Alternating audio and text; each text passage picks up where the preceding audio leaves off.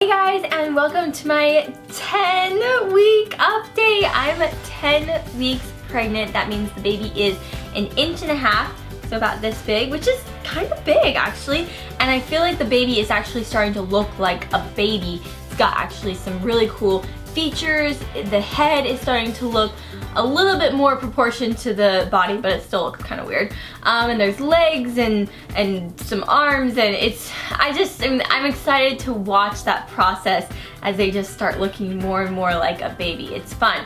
But I'm 10 weeks. I'm in the double digits. I'm now 1-0 instead of just one number. And I'm just 1 week closer to being done with the first trimester and in my second. So as you may have noticed, I did not put up a 9-week update, and that was mostly because I was just exhausted and so sick. My 9 weeks just basically consisted of me being kind of grumpy, kind of like super not feeling good, and it was a hard week.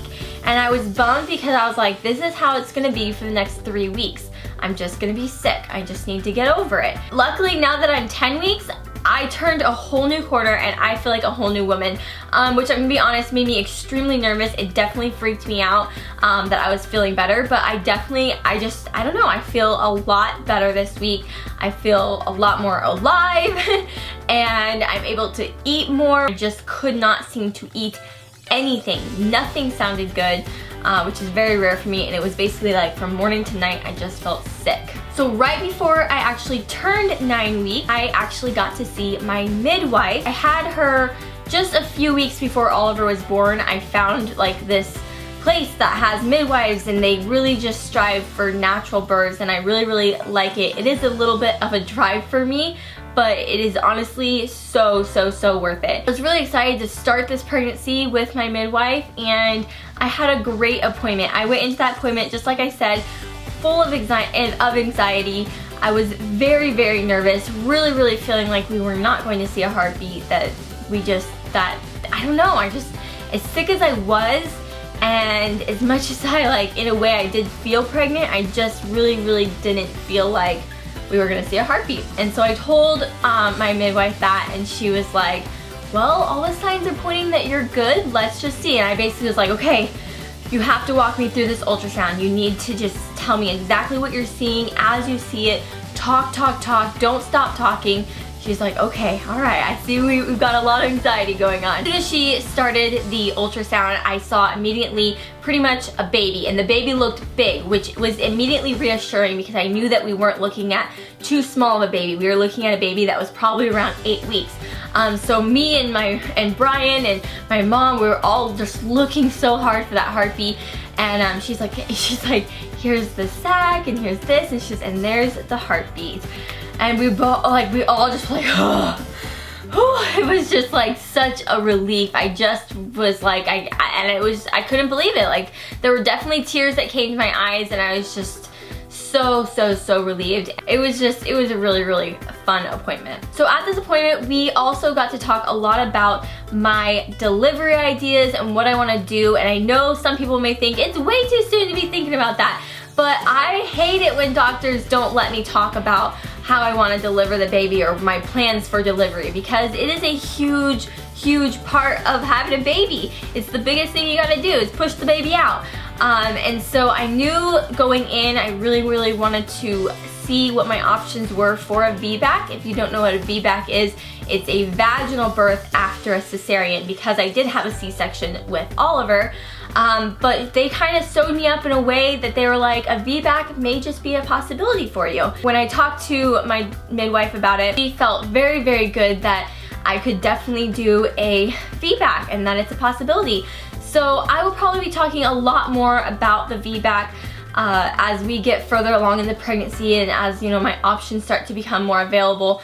But I'm just so excited that it's a possibility, that I get to try.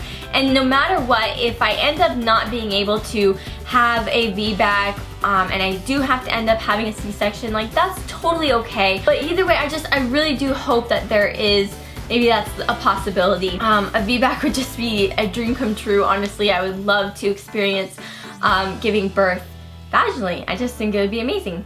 And I do have to mention how much I love my midwife. Like I said before, this is my 4th pregnancy, and I've had many doctors between those pregnancies.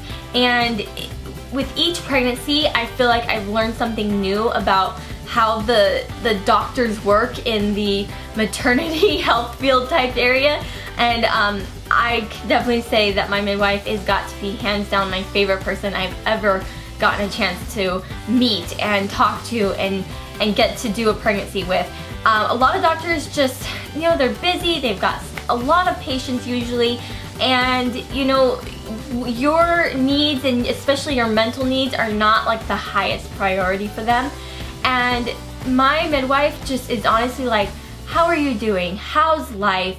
You know, she just wants to see how I'm doing emotionally, mentally, physically, and she's also very informative. I love the way that she, you know, tells me information about pregnancy and about the baby, and I just, honestly, I left that appointment with a huge, like, breath of fresh air. She is just so kind, so nice, so sweet, so calm.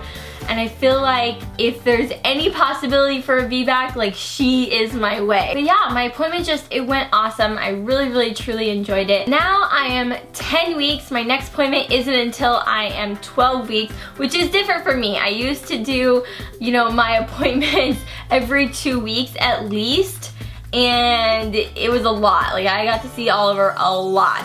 And this time around, we're definitely not gonna be doing the same thing. And so like I said, I feel great now. To be honest, I was definitely very scared there for a couple days. I was like, why do I feel so good? I shouldn't feel like this. With all my other pregnancies, I felt sick from, you know, till at least the 12th week. And so I didn't understand why I felt good, why I felt so good. And so I ended up breaking out my Doppler one more time to try it out. And I tried it a few times before my appointment and I couldn't hear anything. It was just too early. And so I was like, I'm just gonna go for it. And so on St. Patrick's Day, I sat down and I used the Doppler, and pretty quickly I actually found the heartbeat, and it was so nice. And I can tell you, especially for women who have had loss, as much as a Doppler can also cause anxiety because you tend to sometimes not be able to find the heartbeat, when you do, I'm like, okay, I feel good, and I have a baby with a heartbeat. Everything's okay. I do not plan to use my Doppler as much as I used it with Oliver. I plan to maybe use it just maybe once a week, maybe every other week, until I can at least feel the baby. Once I can feel the baby, I'll be a lot better. So some symptoms I've been having this week is I've been having extremely vivid dreams, and that is very unusual for me. I don't have the most vivid dreams. I've been having a lot of dreams, especially regarding the baby, usually being told, you're having a girl, you're having a girl, you're having a girl, all night long. And the next night I'll be told, you're having a boy, you're having a boy, you're having a boy.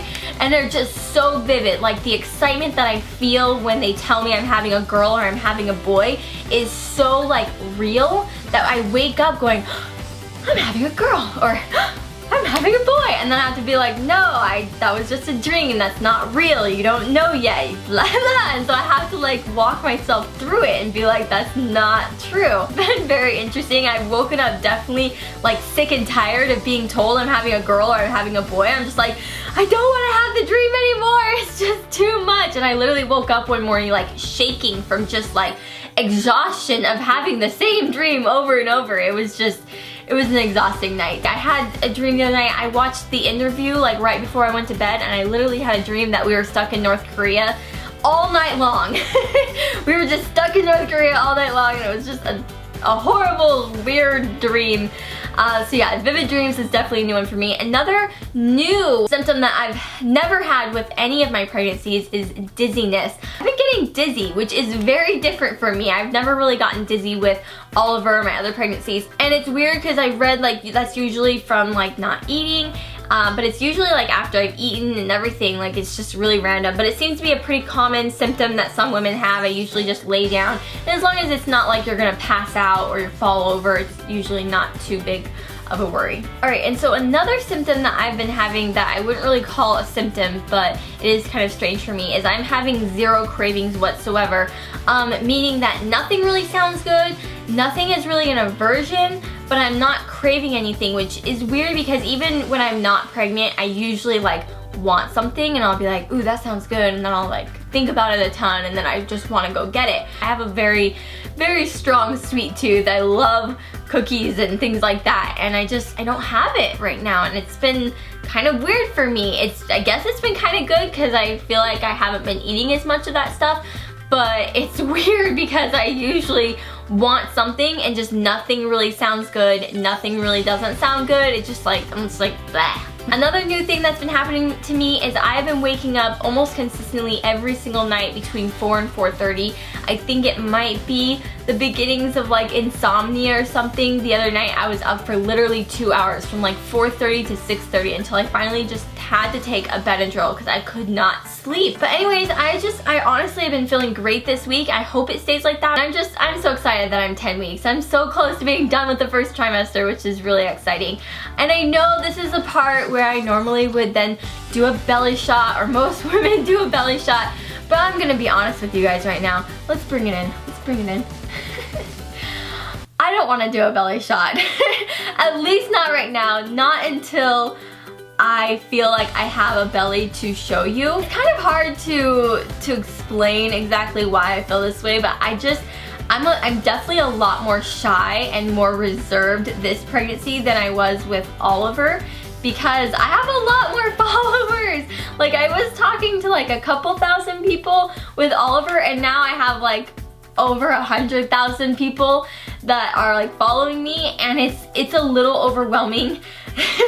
And so I think I am gonna be doing things a lot differently with this pregnancy than I did with Oliver, and that's not because I have a lot more followers. That's just simply because this is a new pregnancy. This is not Oliver. This is a different baby, and so I want to do things differently than I did with Oliver. And then also I'm just the type of person that I like to change things up, and I like to do things just different, and I like to be more creative. And you are gonna see a lot more different things going on in this pregnancy than you did with Oliver. I'm not gonna do the same stuff.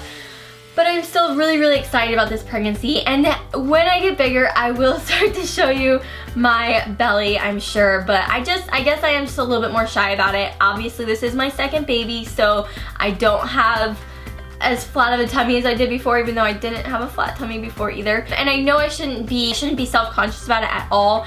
And I wouldn't say that I'm self-conscious. I feel like there's just so many people, and it's just a little bit overwhelming, if that makes sense. So don't be mad at me. Hopefully within the next couple weeks I will start to have a little baby bump, and I will show it to you as soon as I can. And I will actually be taking pictures of my belly weekly, and so maybe once I have a belly I'll show you guys what I started at, and we'll do like a belly progression type thing. Anyways guys, I hope you guys enjoyed this 10-week update. Give this video a thumbs up if you enjoyed it, and we'll see you guys in my next video. Bye! Ready? Oh wow, your hair is crazy. Ready? Where's your hair? Where's your hair? Good job. Where's your ears? Good job. Where's your eyes? Your eyes. Where's your nose? Good job. Where's your mouth?